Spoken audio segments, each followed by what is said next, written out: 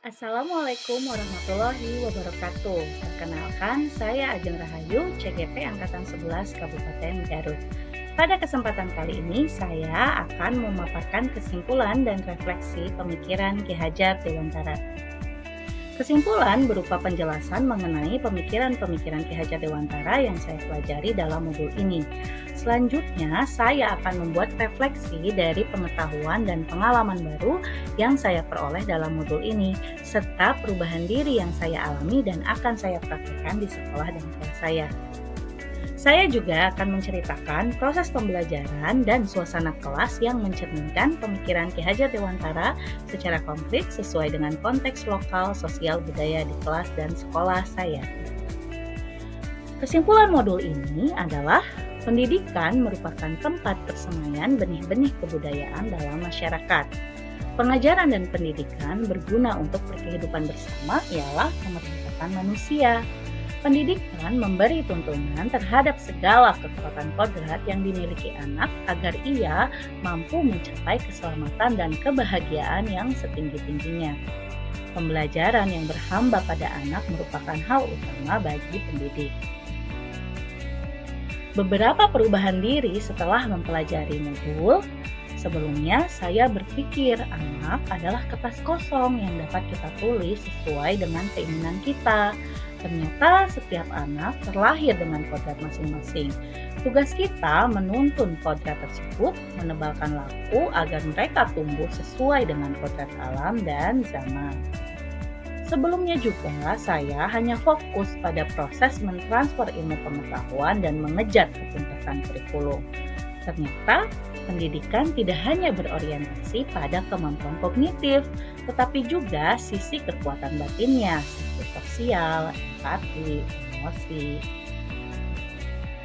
Beberapa perubahan yang dipraktikkan di sekolah diantaranya menentukan rencana pembelajaran sesuai kebutuhan murid, menerapkan pembelajaran yang berpusat pada murid, mengintegrasikan sosiokultural dalam pembelajaran, mengembangkan pembelajaran secara holistik. Selanjutnya, saya akan menceritakan proses pembelajaran yang sesuai dengan pemikiran Ki Hajar Dewantara di sekolah dan di kelas saya. Salah satunya adalah pembelajaran harus sesuai dengan kebutuhan murid. Pembelajaran yang sesuai dengan minat dan gaya belajar murid akan meningkatkan pemahaman murid terhadap materi yang dipilih, serta dapat menciptakan pembelajaran yang kondusif dan menyenangkan bagi guru maupun murid. Di kelas, saya pernah membagi murid sesuai dengan kebutuhan gaya belajar mereka. Untuk gaya belajar visual, membuat poster kimia. Untuk gaya belajar auditori, membuat storytelling. Dan untuk gaya belajar kinestetik, membuat drama. Kemudian ada pembelajaran berbasis proyek. Pembelajaran berbasis proyek bertujuan agar murid dapat mengembangkan pengetahuan dan keterampilannya melalui proses penyelidikan yang terstruktur dan menghasilkan produk dan mengembangkan kemampuan berpikir kritis.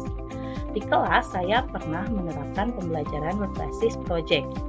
Murid harus mengolah sampah yang ada di sekitar lingkungan sekolah dan lingkungan tempat tinggal. Salah satu kelompok memilih untuk mengolah sampah yang berasal dari kor nangka. Nangka merupakan salah satu komoditas utama di daerah Sukawening. Sampah nangka kemudian diolah menjadi tepung dan tepung tersebut menjadi bahan dasar bagi pembuatan bapau.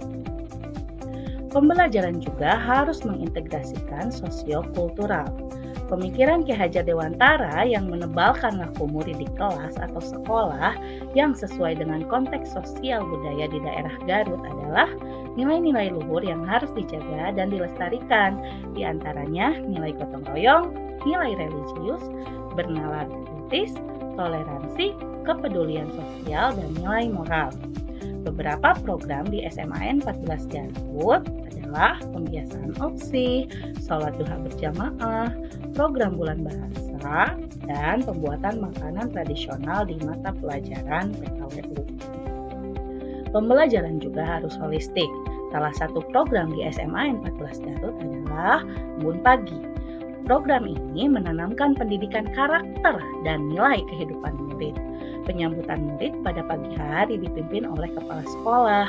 Dengan senyum, sapa, dan salam inilah guru-guru menyambut muridnya di depan pintu gerbang sekolah. Suasana nyaman dan harmonis diharapkan terbentuk sehingga tercipta suasana yang kondusif ketika sedang dilaksanakan proses belajar mengajar.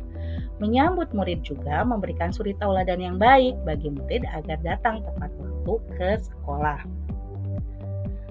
Selanjutnya ada pembelajaran berbasis IT. Pembelajaran menggunakan media berbasis teknologi membantu anak berkembang sesuai dengan kodrat zamannya. Di kelas, saya pernah menampilkan tayangan mengenai penanganan kecelakaan di laboratorium. Saya juga sering mengadakan games berbasis Android. Salah satunya adalah tebak gambar makanan di mata pelajaran PKWU. Sekian presentasi dari saya. Wabillahi taufiq wal hidayah. Wassalamualaikum warahmatullahi wabarakatuh.